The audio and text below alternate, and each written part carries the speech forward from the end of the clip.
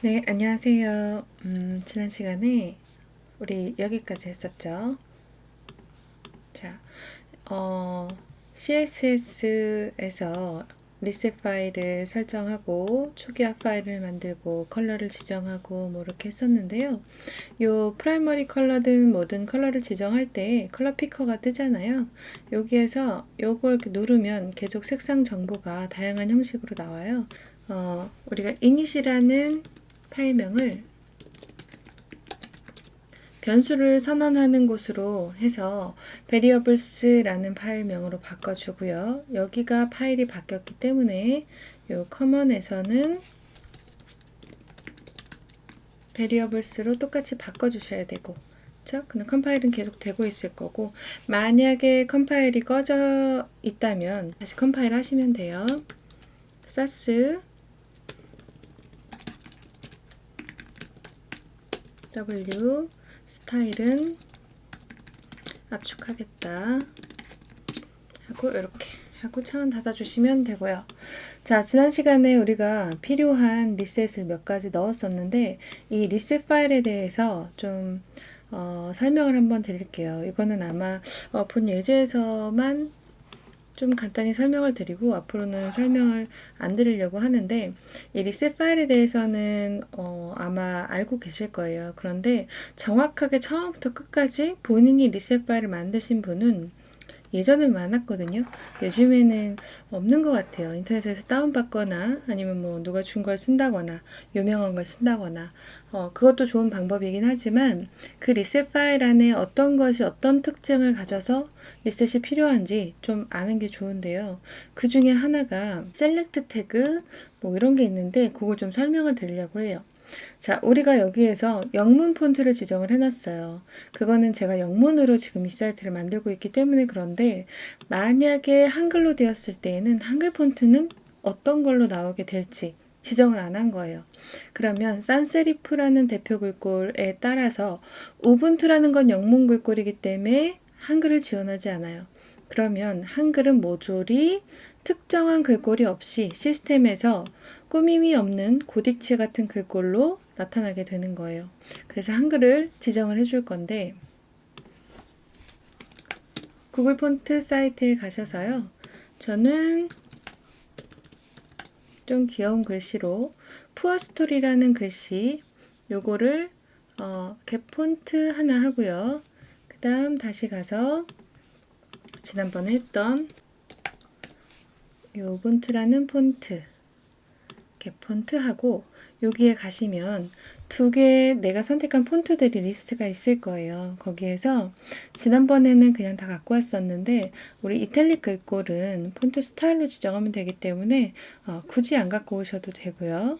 일단 여기 푸어 스토리는 하나밖에 제공을 하지 않아서 그냥 다 가지고 올게요. 그러면 우분투라는 글꼴의 굵기는 지금 3, 4, 5, 7, 4개, 그 다음 푸어 스토리는 1개, 그래서 총 5개의 웹 폰트를 임포트 하는 거예요. 거기에서 임포트 카피 코드 하시고 요거는 이제 지워 주셔야겠죠?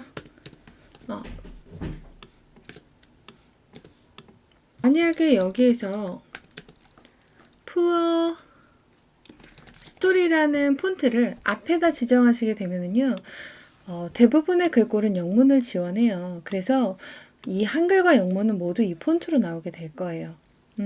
그래서 지원이 되지 않아야 그 다음 패밀리를 인식하기 때문에 영문 폰트를 앞에 넣어주시면 영문 폰트는 이걸로 표현이 되고요. 그 외의 폰트들은 우분투에서 지원하지 않기 때문에 이 다음 패밀리로 나오게 돼서 한글과 영문을 동시에 지정하시게 될 수 있어요. 자, 이렇게 해놓은 상태에서요. 우리가 컴파일하고 결과를 한번 봐볼게요.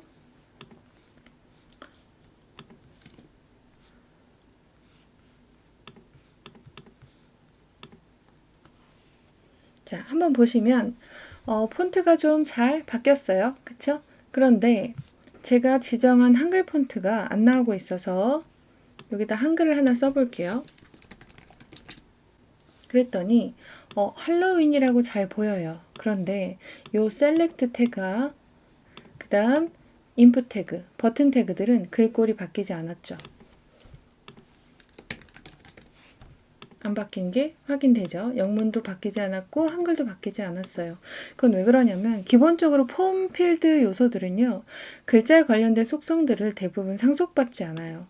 그래서 그런 건 리셋이 필요한 거예요. 그래서 여기에다가 브라우저에서 직접 해볼까요? 요 셀렉트 태그를 지정하고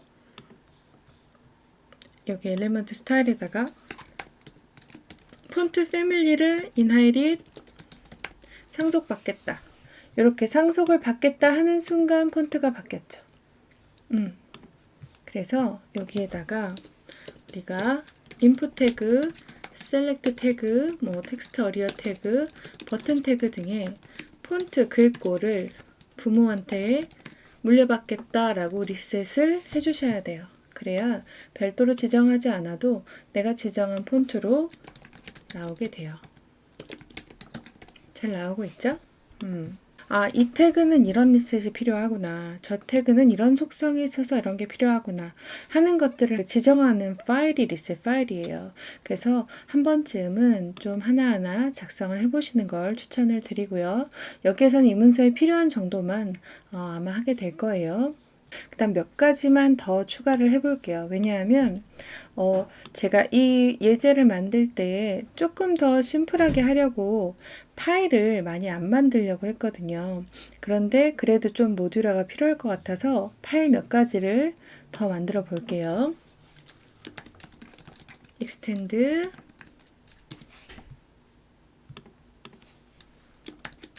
그 다음 스크립트, 이거는 자바스크립트를 말하는 게 아니고요. 사스 스크립트를 말하는 거예요.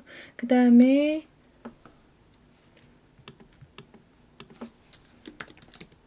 홈, 지금 우리가 작성하고 있는 문서에 CSS가 들어갈 거.